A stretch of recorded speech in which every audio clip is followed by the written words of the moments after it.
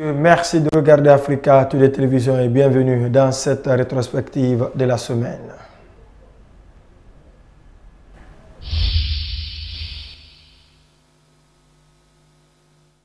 Par ce conseil ordinaire des ministres qui s'est tenu cette semaine sous l'égide du chef de l'État, professeur Alpha Condé.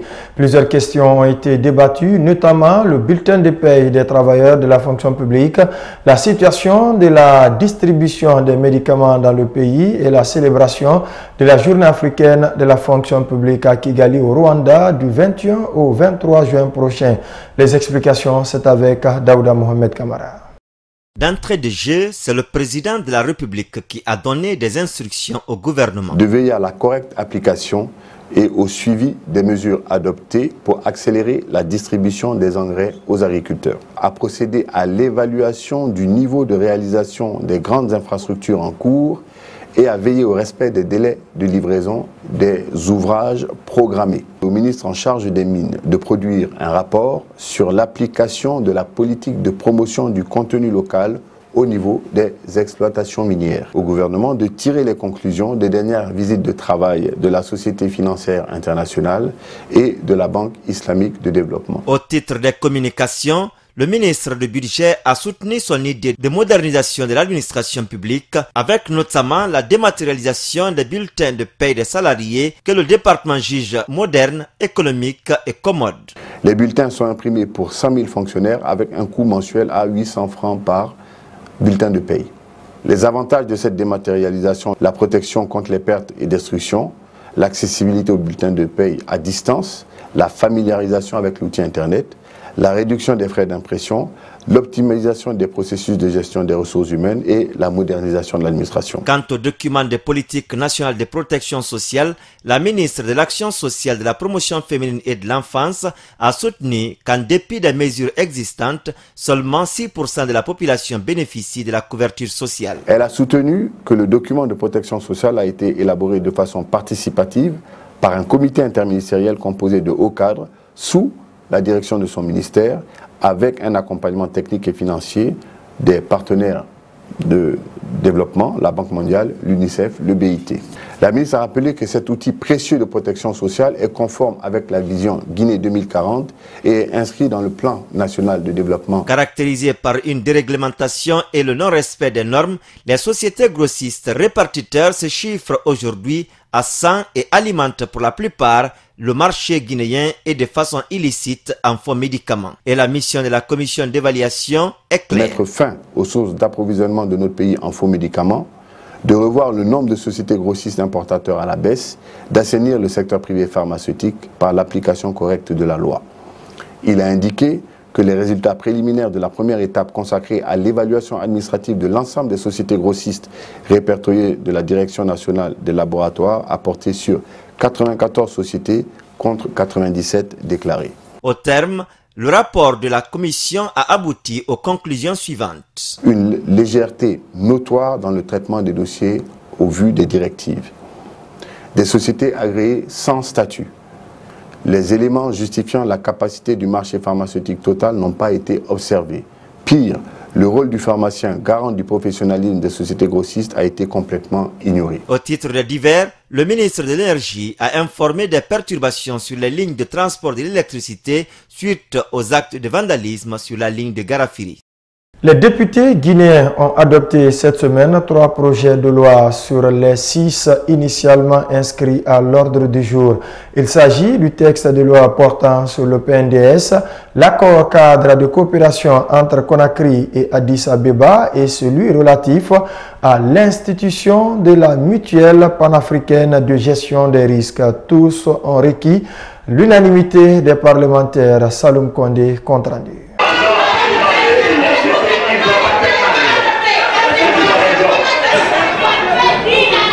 Vous me permettrez de poser mes questions. C'est un concert d'insultes que l'on a assisté à l'entame de cette plénière entre les députés libéraux démocrates et ceux du RPG Arc-en-Ciel. Cela ne pouvait nullement surprendre car l'honorable Ousmane Gawal Diallo, dans sa prise de parole, a sermonné le chef de l'État suite à l'intervention du président de la commission économique énumérant quelques risques liés à l'application du PNDS, un des projets de loi soumis à l'adoption. L'objectif global de ce plan c'est donc d'opérer cette véritable transformation structurelle de notre économie pour en promouvoir une croissance forte et de qualité, c'est-à-dire une croissance dans la durée.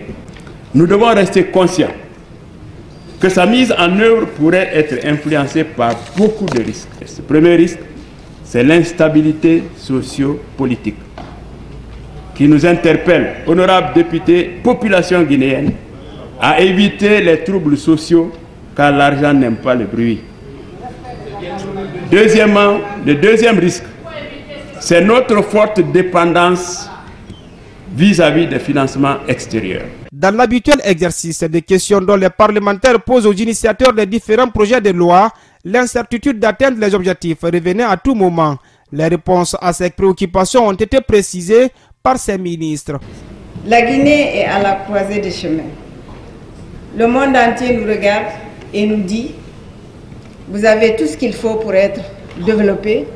On ne comprend pas pourquoi vous êtes à ce niveau-là. » Donc, à travers le plan, ce sont ces préoccupations-là qu'on a voulu revoir tout au long du processus de PPBSE, c'est-à-dire planification, programmation, budgétisation, suivi, évaluation.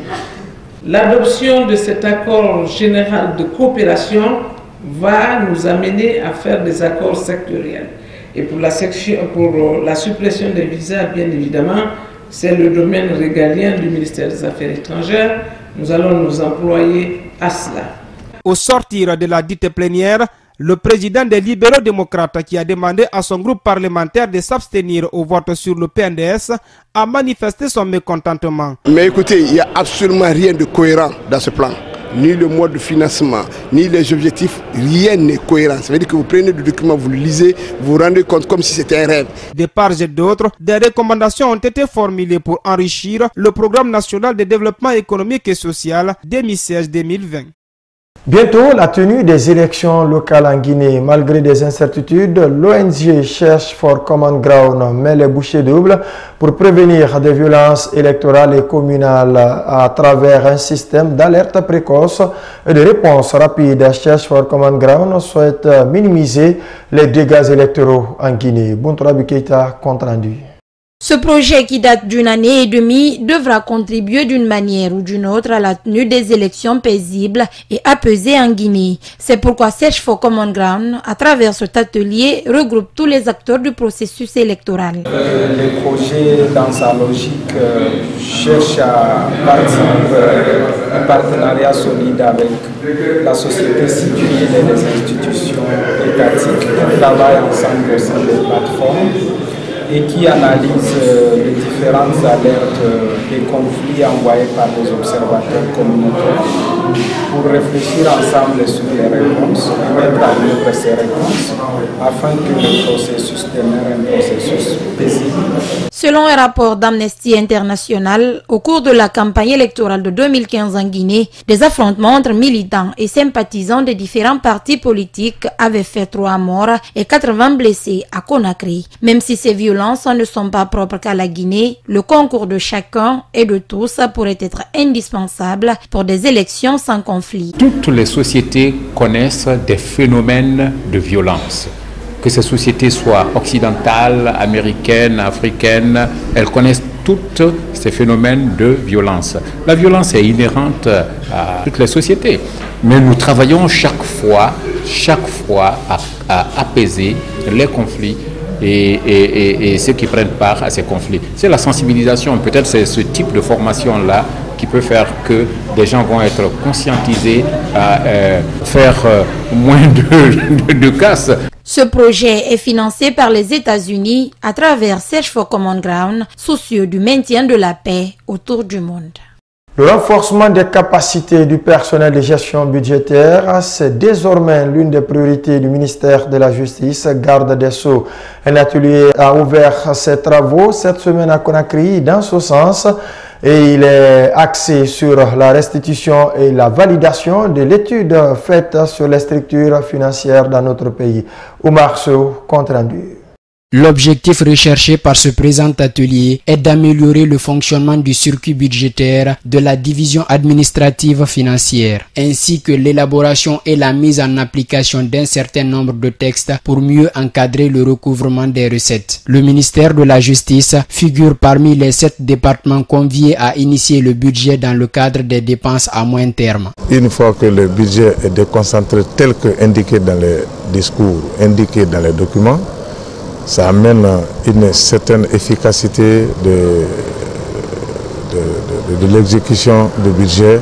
Ensuite, ça amène une certaine utilisation efficiente des ressources de la nation. D'après des experts en réforme judiciaire et juridique, cet atelier de 72 heures vise à appuyer le ministère de la Justice et le gouvernement à mobiliser suffisamment de ressources budgétaires, et cela à travers la collecte des frais des actes judiciaires. Cela permettra d'augmenter les recettes et par là d'augmenter le budget de l'État alloué à la justice, et cela contribuera à améliorer les conditions de travail dans les juridictions, à améliorer l'accès à la justice et à améliorer les conditions de détention. Au dire du représentant du ministre de la Justice, les différentes juridictions du pays jusque-là ont du mal à fonctionner. Pour cause, ces institutions sont confrontées le plus souvent à une indisponibilité budgétaire. Pour Hassan II Diallo, ce séminaire va permettre désormais aux participants de se doter d'outils nécessaires pour l'accomplissement correct de leur travail. À partir de cet atelier,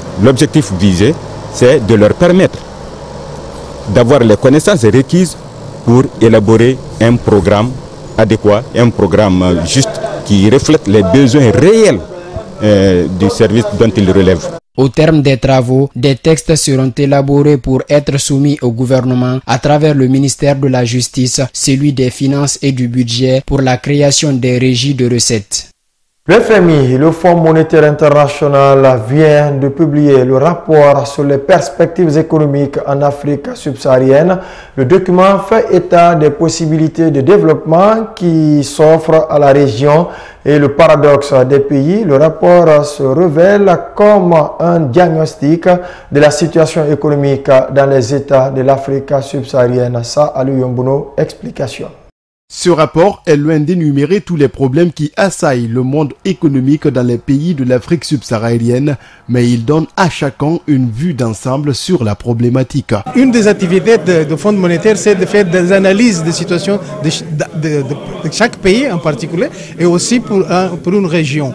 Et cet rapport qui vient d'être publié, c'est un rapport pour un ensemble de pays. Ce n'est pas seulement sur un pays, mais sur l'ensemble des pays pour avoir plus ou moins une moyenne des choses, comment ils arrivent dans le pays et quelles sont les mesures de politique peut-être doivent être utilisées pour combler ce type de situation. Au cours de cette enquête 2017, l'essentiel des efforts des experts du Fonds monétaire international a porté sur le secteur informel qui trouve comme aspect important pour mieux analyser la situation économique des États de l'Afrique noire. Cet rapport de perspective économique régionale a un chapitre qui parle sur le secteur informel. Mais comme vous savez, dans les pays de l'Afrique subsaharienne, le secteur informel est très important. Et comme un pays comme la Guinée aussi la même chose.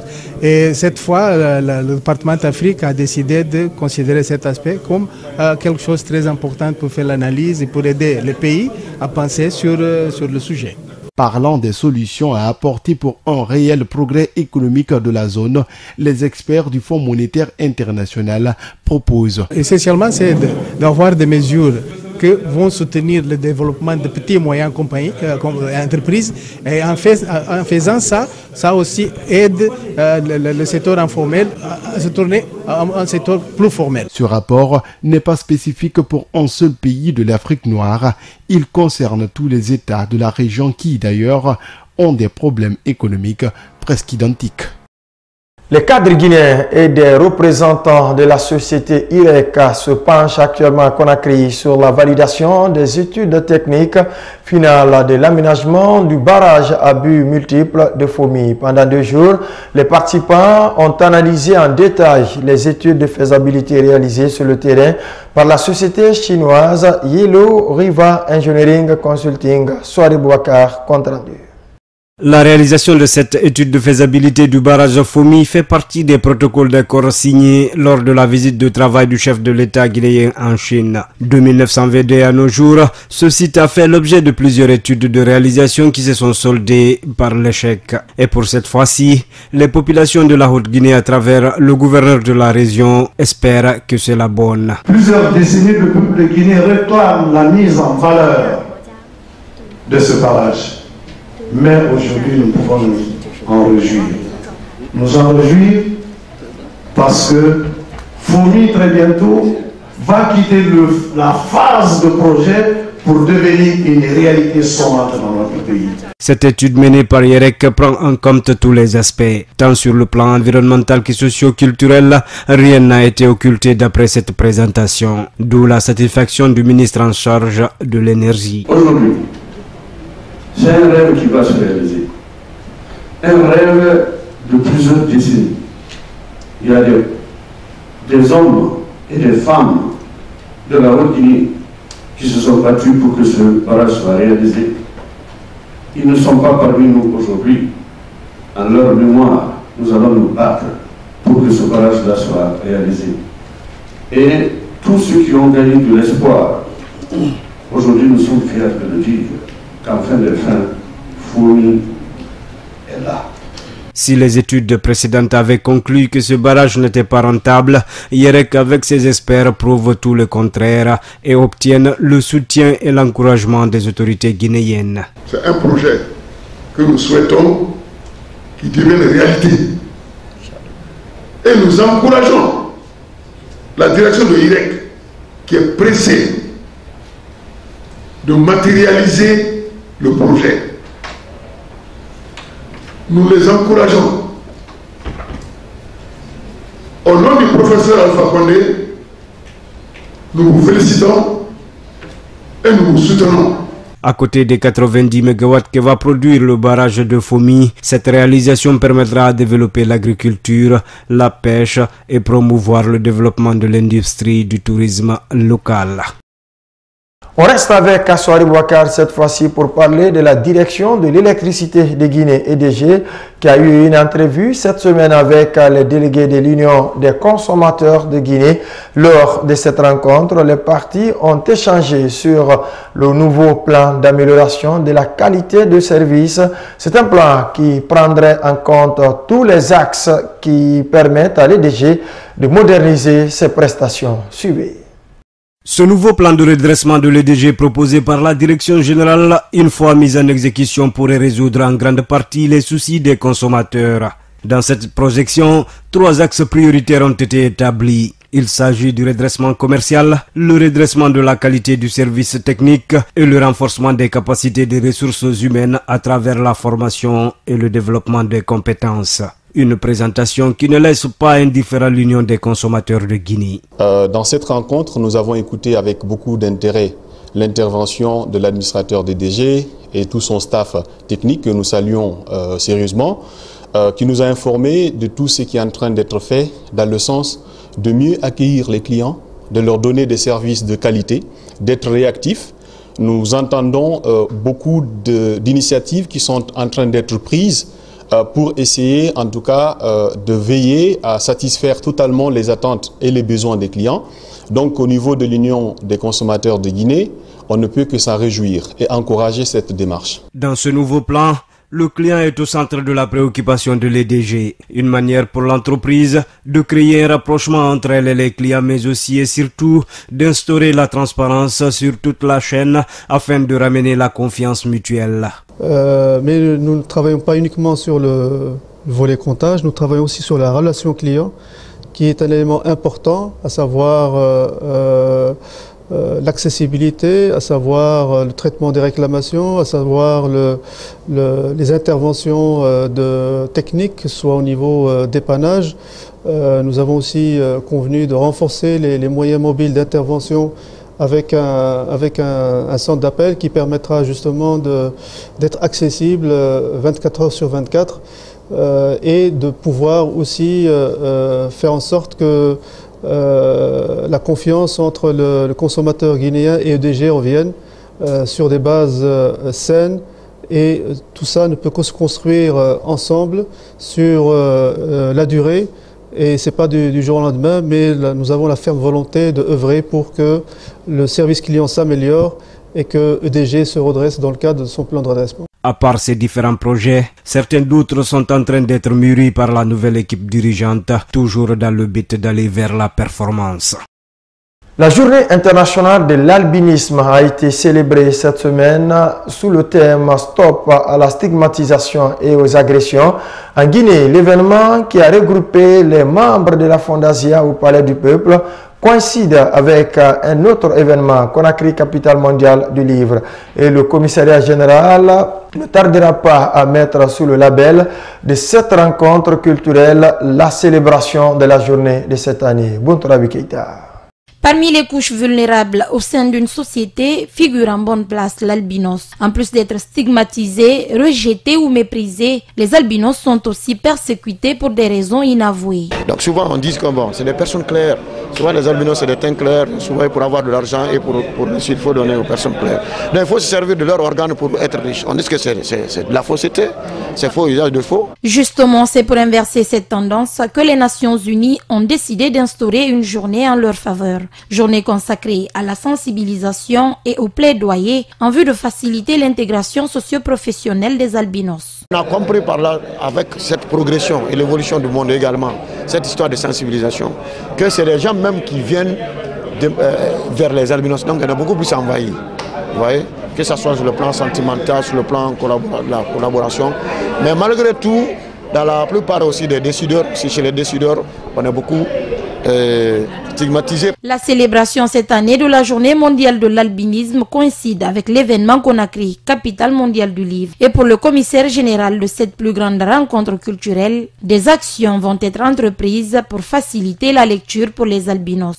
Nous nous associons à cette manifestation aujourd'hui pour sonner une sonnette d'alarme, pour dire que nos enfants, nos frères et sœurs qui sont atteints de cette maladie, on ne doit pas les abandonner, on doit les accompagner.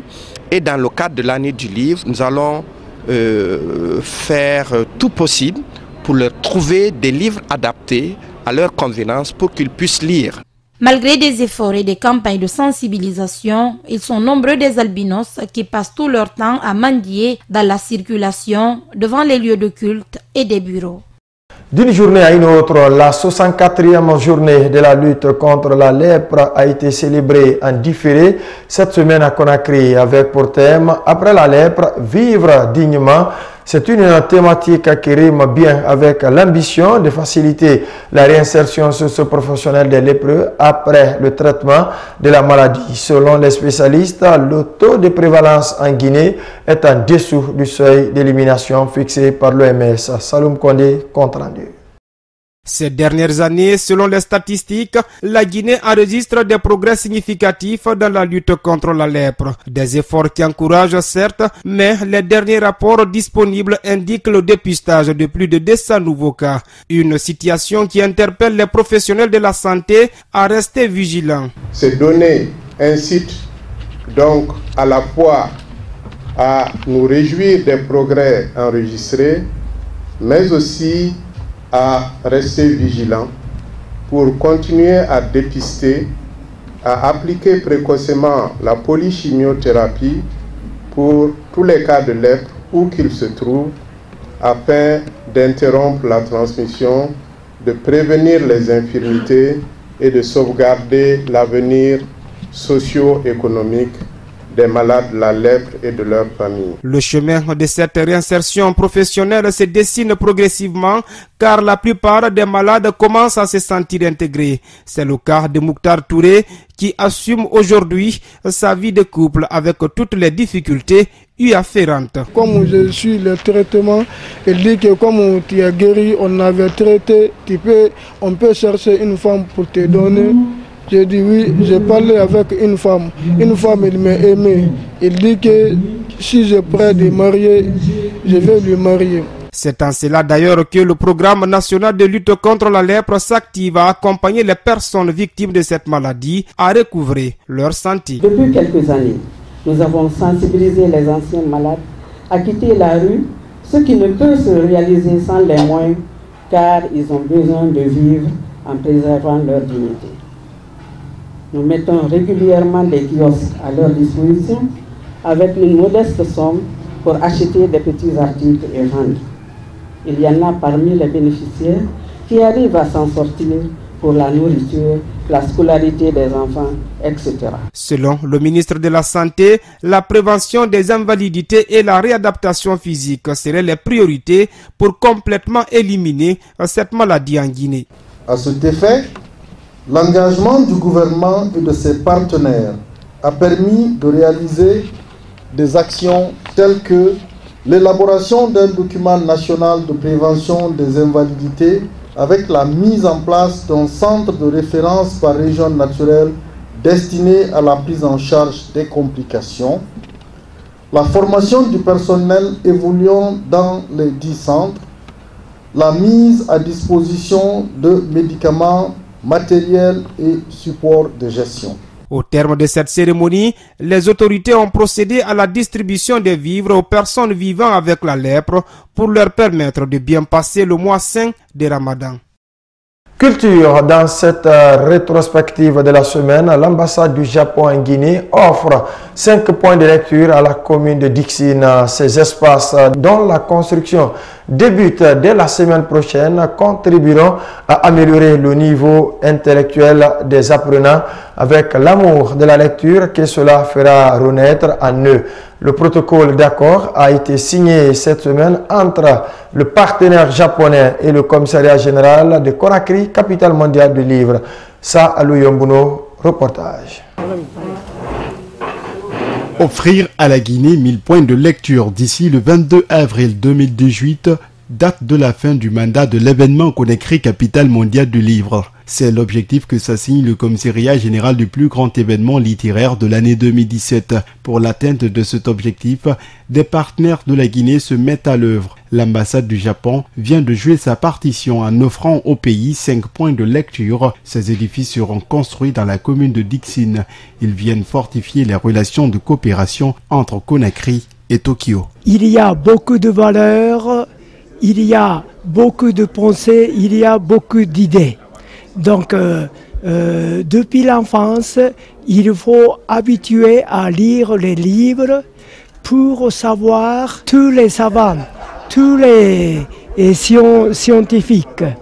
Ils ont fait beaucoup de lectures depuis l'enfance. Les sites ont été déjà identifiés, le protocole d'accord signé et il ne reste plus que le démarrage des travaux qui ne devraient plus tarder, à en croire le commissaire général de Conakry, capitale mondiale du livre. Sansi Kabadiakité voit en cet acte un autre cap franchi dans le cadre de la matérialisation de ses ambitions dans le domaine du livre en République de Guinée. C'est un petit pas pour le livre dans le monde, mais c'est un grand pas pour nous, Conakry, capitale mondiale du livre.